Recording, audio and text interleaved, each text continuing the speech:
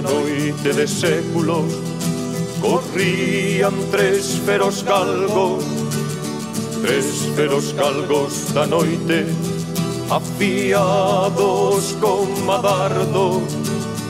Un lobo de ollos de lume tras deles iba avanzando. Hai un salario que vos non percibides, hai unha xornada que vos estades falando moi por enriba que está regulada en convenio. Non pode ser que se traballe, como dixen antes, 10 horas e non se reparta o traballo. En tempos de crise, o traballo hai que repartilo. Se hai traballo, pouco, moito, ese traballo hai que repartilo. Non é o caso. Polo tanto, aquí o que se está facendo, ademais, con un agravante, e é que se está dando a obra ao que máis delinque. O máis delincuente é o que se lle premia con capacidade de traballo. Construcciones da Valpo é a empresa máis sancionada de Galicia, pero con moita diferencia. É a primeira no ranking de empresa máis sancionada do país. Ten máis de 60 sancións nos últimos 3 anos. Ben, pois a pesar de ser a máis sancionada, se lle prima con obras desta dimensión.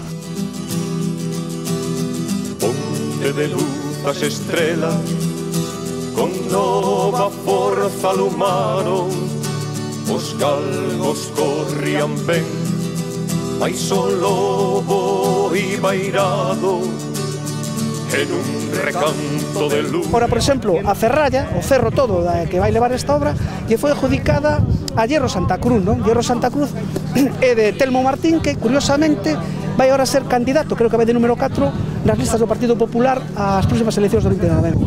Toda a ferro lle ten subcontratado unha empresa portuguesa que os traballadores ganan 500 euros. A explotación dos traballadores é terrible, o sea, cada vez vamos a peor. Foi outra vez un ceo azul e máis branco. O apoio de toda esta xente que ven hoxe, a inmensa maioría dos compañeros que están aquí da CIGA hoxe, a inmensa maioría son do sector da construcción e son parados. E tendes que solidarizarvos con eles como eles teñen demostrado solidarizarvos con vos. O sea, aquí hai un frente común de traballadores explotados ou no paro. Non hai frente duns traballadores contra outros, nin de unha nacionalidade ni contra outra. En eso, nunca levamos 3 anos en esta historia e nunca ninguén pode dicir que nas nosas actuacións haya ningún tipo nin atisbo de enfrentamento. E máis, vos podo dar un dato. A nosa asesoría xurídica ahora mismo está chea de casos de compañeros como vos, os portugueses, que xa cansados de explotación, ao final tamén veñen a CIGA. Temos asesoría xurídica de compañeros como vos, con empresas que veñen ao final a xunta nosa porque lle deixan de pagar meses ou lle deixan tirados.